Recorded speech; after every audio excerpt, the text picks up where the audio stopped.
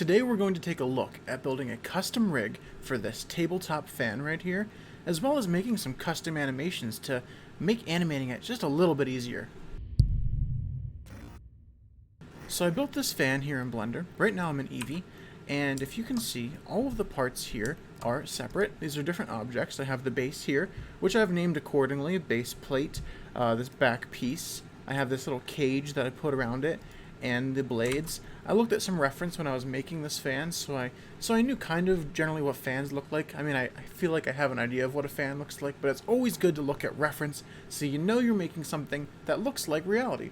One helpful trick is sometimes when I'm working, I like to turn on random colors, and I'm in the solid view, as you can see here, but if I drop this arrow down over here, normally you're on material, which is normal, but if you switch it to random, every time you add a new object to the scene, it will just take on a new color only in the viewport. This helps you to sort of organize the scene just a little bit. So one of the first steps to making a good rig is staying organized and keeping your project file organized.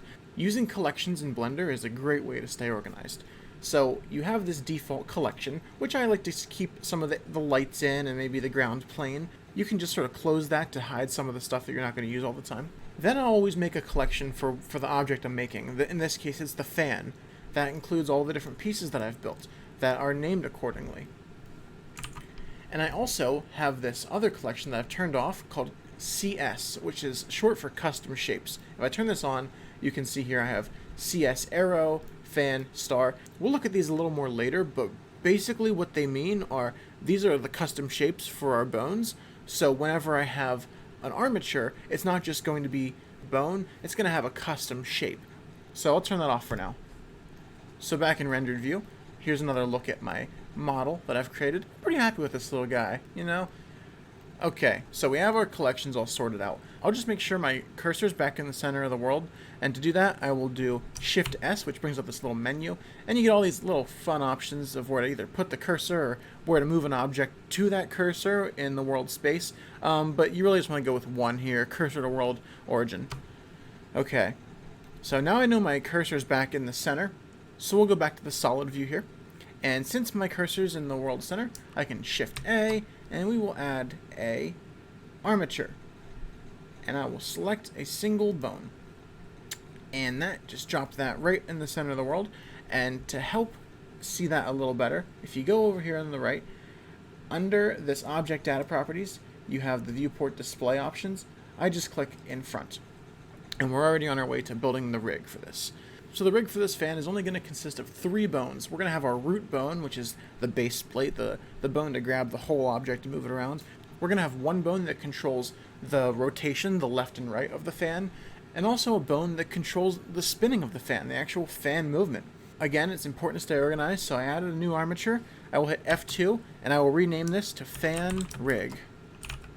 It might seem annoying to be naming all these things all the time, but it's so helpful if you have huge files and you have big scenes, you have a lot of data in, and you don't want to be going through armature.001, what rig is this? You really need to name all of your stuff, especially as you start doing bigger projects. You're going to need to know what data is what data. So if we tab into edit mode, just like an object, you can go into edit mode into your bone. Now that we're inside the rig, we still have to name things. This is the bone. So as you can see, it's fan rig, bone. And this is named bone, but I will hit F2 and rename this bone to root. And we're already on our way. I'm just going to select the top of this bone, and I will bring it down just to sort of get it out of the way a little bit. So when you hit Shift A inside edit mode of an armature, it's going to add a bone directly on top of the 3D cursor. So it's important to place that 3D cursor where you want the bone to go first, especially if it's really important for where the bone's going to be. To put the 3D cursor where it needs to be, I'm actually going to go out of edit mode and into object mode, and I'm going to select the pieces that need to rotate. So the next piece that needs to rotate is this back piece right here. If I move this around, you can see what I have here. But it has to rotate around this central point here, because that's obviously how it would move, right? This is sort of the hole that it sits in, so it needs to rotate from this basin. And to do that, I'm going to need to have the bone to sit directly in the center of this, which means I'll need to place the 3D cursor there so I can drop a bone.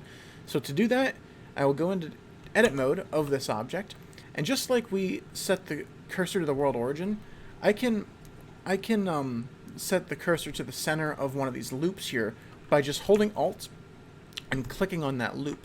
Make sure you're either in vertex selection or edge selection. Once you are, just holding Alt and then left clicking on any of these loops will select the whole ring. And once you have that selected, we can use our handy Shift S menu to drop the cursor to selected. So once I click that right there, we'll see the cursor is exactly in the center of that. And now once I go to object mode, the cursor stays in the same place, and we can go back into edit mode on our armature and drop in a new bone. We only need one more bone, and that bone is going to control the fan rotation. So let's think, where does the 3D cursor need to go for that? Well, we already have a center point here on our fan, so since I have this selected, I can just Shift S, cursor to selected, and I've put the cursor right in the middle of that fan. So now if I go back into edit mode here, I can just drop a bone in there, and we have it right where it needs to be. Alright, and that's actually all the bones we need for this rig. We need 3 bones, and we can start setting up the parent relationships. So I like to sort of work from the top, the very end of the rig, the whole way back to the root when I'm setting my parents, because it's helpful to visualize it that way, and it's easy just to think about the flow of things. So for example, I'll grab the very end here, the very end bone, and this controls the fan, and I know that this is going to be a child of this bone, because when this part moves, the fan apparatus will move with it. You have to sort of think it in that motion. For example, if my arm moves here, if I move my forearm this way, all of my hand bones have moved with it based off of the rotation of this. Now, if I move my hand, that actually doesn't affect my forearm at all. So that's how you know all of these hand bones are going to be a child of this forearm bone. And you have to think in that process when you're creating the parents. So we just keep thinking that way.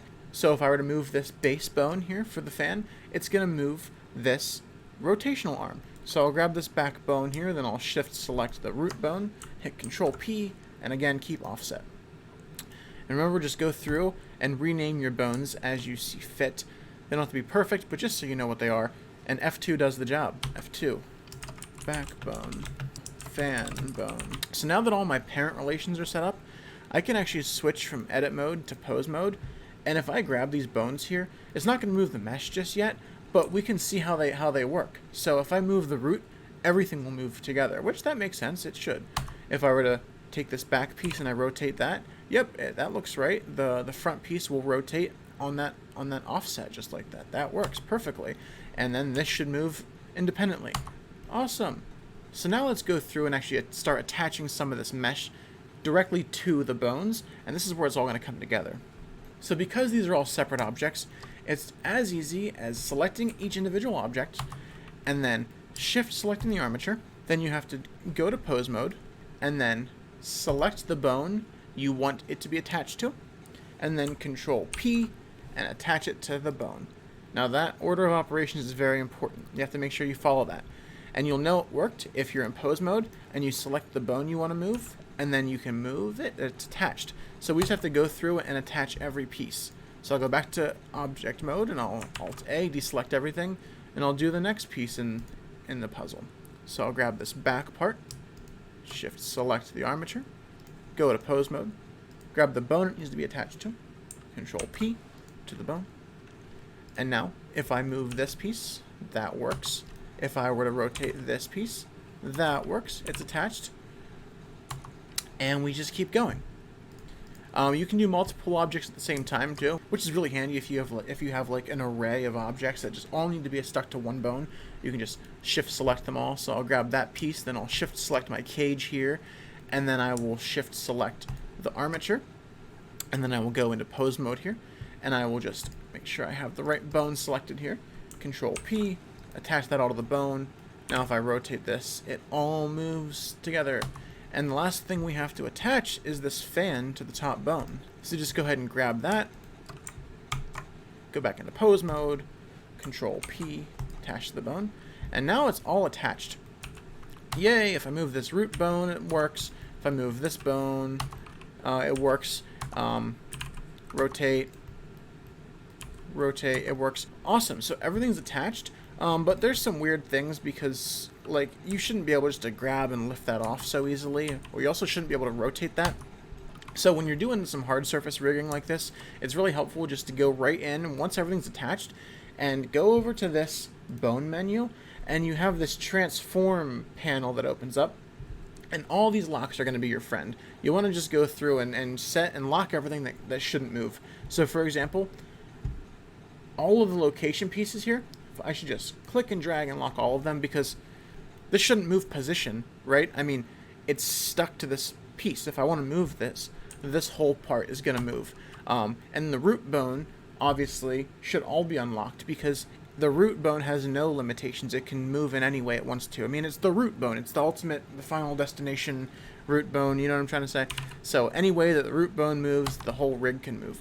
So you just work up the chain and you decide which ways can't certain bones move. It's helpful just to go here and just drag these around. So this one, I will leave this, I will lock that one. X rotation, well, it shouldn't rotate that way. Set that back to 0. Lock that one. Y rotation, aha. This is the one we want to leave open, so I'll just set that back to 0. And then, yep, lock Z. So that way I just know, if I just grab this at any random angle and start moving it with G, it's only going to bend in the proper way. And that's what I like to do. That's what we like to see. Rigs that just move in the way they're supposed to. Now, this last bone is going to work very similarly to this bone, in which it only has one axis to move upon. And we can just go through here and start checking those out. So again, it's not going to move at all, so we can lock all those locations. And the rotations, we can just start playing with them to see which ones we want. Okay, not that one, so we can lock these two. The Y, not that one, lock that. Z, yep, that's the one. Z is the one we want to move it on. This bone is special because of the way it's going to move. You can see when I move Z up to 1, it moves 90 degrees around the bend, and you would think that's weird, it should be 90 degrees. Well, that's because it's set for this quaternion WXYZ, and that's really basically just doing like a sine readout, right? Like sine or cosine will give you values of 0 or 1 when it's at 90 degrees. So that kind of thing is the readout you're getting. We really want to change this to XYZ Euler, so that way we have a full 90 degrees. And this will make more sense once we go to start animating the thing, because you really want to have the full range of motion if you want it to keep spinning and spinning and spinning. So our simple object, our fan here, is fully rigged and it's ready to be animated. But the last thing I like to give it is these custom shapes I referenced in the beginning, because it's pretty traditional to have custom shapes on a rig, and you know, sometimes all this can get clunky and a little bit ugly. So if you go the extra mile and make the custom shapes, it really adds a level of professionalism, especially if you make a rig for someone. Like, they're gonna be really impressed. Like, oh, look at those custom shapes on that, man. Like, you know what I mean? Like, they're gonna be impressed. Like, that's the thing to do. Add some custom shapes. So let's take a look at these custom shapes here. I'll turn the fan off for now. I'll turn off this collection too, and I'll look at these custom shapes here. Which ones do I have? So just go down through. CS arrow. So really, these custom shapes they're literally just mesh data without any faces. So basically, you can think of them like lines. They're just like arrows pointing, and you make these shapes out of simple mesh stuff, right? You get like a circle, and you know that could be a custom shape if you wanted it to. Let's take a look at the CS fan here. This is the shape I used to indicate the fan, and the CS star is the shape I used for the root bone. So they sort of help to guide the bones. So let's bring it back for a second. Let's take a look. So if I were to grab my armature and go into pose mode here, I can select my individual bones. So I'll start with the root, and then viewport display. Just scroll down to custom shape. It might be hidden for you. Just drop that down. And custom shape object. The reason I name them so is because it's very easy to just type in CS underscore, and then all your custom shapes pop up. In this case, it's pretty traditional to use the star shape here for the root, and that shape has now taken over as the custom shape for that bone, and I can just go through all of these here. This backbone here, I will just type in CS, and I use CS arrow for this one. And you can see it's right there. Cool. This one here, CS fan. You can uncheck the scale to bone length, and it will keep them the original size, which I might actually do anyway. Keep in mind, mine fell right into place, but 9 times out of 10, your custom shapes are going to be all over the place. So you'll have to just sort of battle that process. So, for example, you'll have to find your custom shape, go into edit mode, and then move it around in edit mode to sort of like get it placed where it needs to be in the scene. Sometimes it can be a pain, but it ends up being worth it if you just give it that extra little bit of love. One other thing is these shapes usually are like rotated, so that's why it's on a 90-degree angle. You'll make your custom shape, right? And then you'll go to apply it, and it'll be sideways. So you'll be like, what the heck? So just, go find your custom shape, click on it there, and then rotate it 90 degrees, and then enter. And then it's just going to look like that, but you turn it off, and then it fits nicely. So now your fan's really coming together, right? If I go into my render view here, and now I switch to pose mode, I can select these shapes here, and I can rotate them, right? I can move them in the ways that they need to move. So, man, that's cool, right? That looks professional now. Alright, so our rig is made, and it's time to start animating this guy. So you want to animate the fan motion. You can just hit I and drop a rotation, and then hit play, go a little bit down the timeline, and then rotate it a little bit, and then drop a rotation in there. Now, since this fan is going to rotate indefinitely, or as long as the fan's turned on, it's just important to set those 2 keyframes. Select all of them, and with all selected, you can hit Shift-E to bring up this keyframe extrapolation menu, and just set it for a linear extrapolation, which basically just keeps everything moving in the same direction forever. Grab this last keyframe here, and you can move it around, and this will set the speed of your fan's motion. So the more intense the slope of this line, the faster it will spin. So I'll just move it way down, and that's spinning pretty fast now. So maybe you want to add a little rotation where this thing spins left and right? And see how that sticks to the location? That's because the parent is proper. So I'll do something slightly different here. I'll drop a keyframe in the rotation on this guy. Okay, so we can find the axis that this will rotate on. Again, this one is actually still set for quaternion, so as you can see, if I were to try to like rotate this thing really far, it'll sort of get stuck at the poles and snap. That's because it's not going to go past 1 or -1. I mean, for this bone, it works. You can change that to XYZ Euler if you'd like. So I will find the bone that's going to spin. So not the W. Yeah, it's going to be this Y quaternion rotation. So with that one selected, I will add a function here. And then if I hit play, you can see it's going crazy. But we have these variables here to dial this in. So I can change my amplitude to like 0.035, just something smaller. Actually, maybe I do want that higher, 0.5. Yeah. And I want to change the phase multiplier to low, 0.035. Now it's very slow, so it makes this spin feel a lot more natural. But just keep in mind that amplitude is how far it's gonna go. It's the extremes of the bend, and multiplier, the phase multiplier, is basically the speed. How fast is it cooking up here? Okay, this is all cool. Let's take it one step further. This is a cool little technique. So I'm actually going to delete the rotation here on this. I'm going to delete all the keyframes on this backbone and on this bottom root. Okay, so the only keyframe data is on this bone here, which is cool, because that's all we want. So if I have just this rotating here, I can change this graph editor to the dope sheet, but you can change it to action editor. And then you have here what says fan rig action, and this is just the current action that we're working on. I'm going to change this name here to fan spinning, and I will save this user in here, so that way I know the data block's not going to get lost. So that's saved in here. That's cool. I can actually hit X on this, and now if I hit play, nothing's happening right now because I took away that animation. But because I saved it, it's actually still here. I can just fan spinning, and right there, right? but I want to work on a different animation now. So I'll do a new animation. I'll call this animation Oscillation. How do you spell oscillate? I don't want to look like an idiot on YouTube. It was 2 L's, you dummy. Okay. Oscillation. Cool. So now I can make an oscillation animation. So this one is the oscillation. So if I go back into my graph editor, as you can see now there's no animations here. And that's because we have like a new sequence pretty much for animation. So it's a clean slate.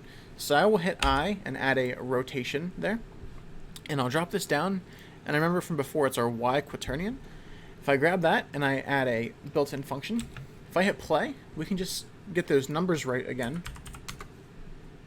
It's 0.25, and then the phase multiplier was 0.5. Let's go even lower, 0.035. And yeah, that will get the job done. Okay, so this is my oscillation animation. Cool. So why'd I break them apart like that? Well, you know, maybe you don't want your fan spinning indefinitely. Maybe your fan turns off and on throughout the scene, but you still want it to spin indefinitely and work, or you want to control these things independently. This is how you do it.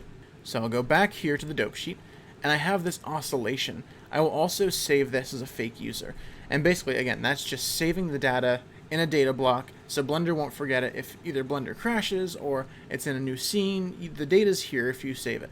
So now that it's here, I can exit out. I'll close it out.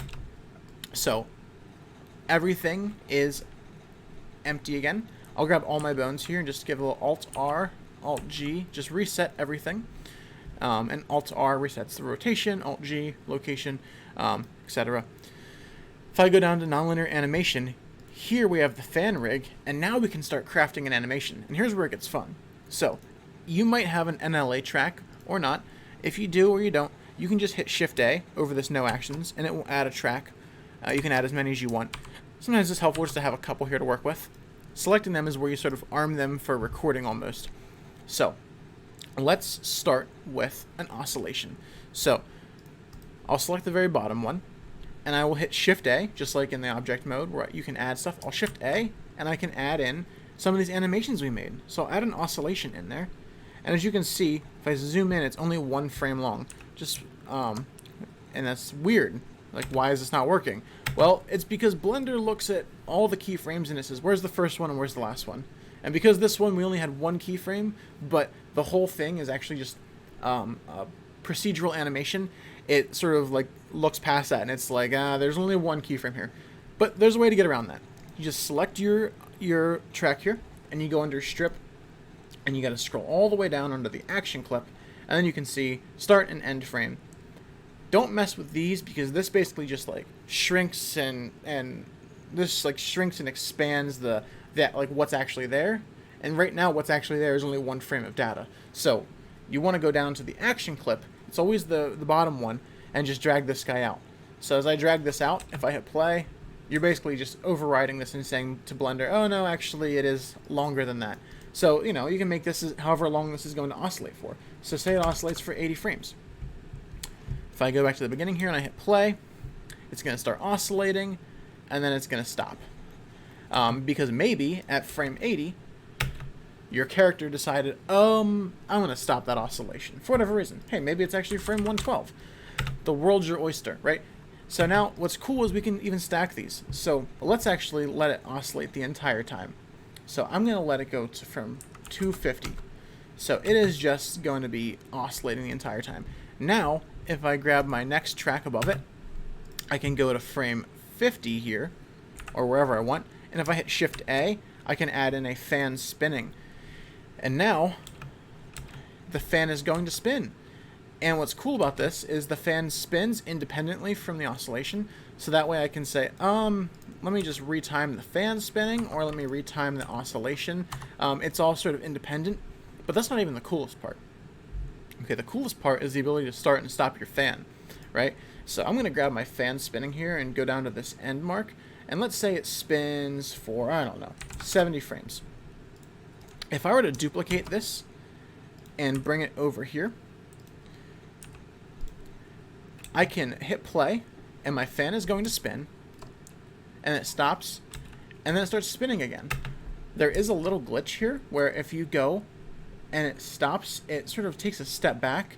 And the reason it does that is because it starts this animation from the beginning of the timeline. But because we have hold forward set here on this one, this is going to hit the last frame and say, okay, this is the current state of that bone. And now the next animation is going to use this blending mode, and it's going to say, oh, I need to replace that animation of that bone. But really, if you just change this to add, this is going to add those values on top of what's already there. So what I'm trying to get at is you can have it going here, going. It stops, and then it picks up from where it was left off before, and it continues just because it just adds it from before, right? Say it was at 0, the fan was spinning, and it got to, like, I don't know, say it got to 400 degrees, like, you know, in a circle, not Fahrenheit. It got to 400 degrees of, like, a little over a full turn, and then it stops. It's not going to start back at 0 degrees. It's going to start at 400 degrees and then go up to 800 degrees. So it actually is super helpful to sort of like time these out. So there you have it.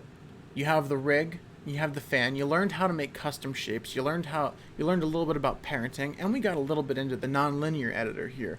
So using these techniques, you can build some really cool rigs that aren't just for hard surface. You know, you can use the same techniques to build characters too, which we're definitely going to get into here on this channel. So I thank you for watching. I hope you subscribe and leave a comment, and let me know if there's anything else you want to look into here, because I'm very excited about these new tool sets here in Blender, and we're just going to keep diving deeper into them. So until next time, take care.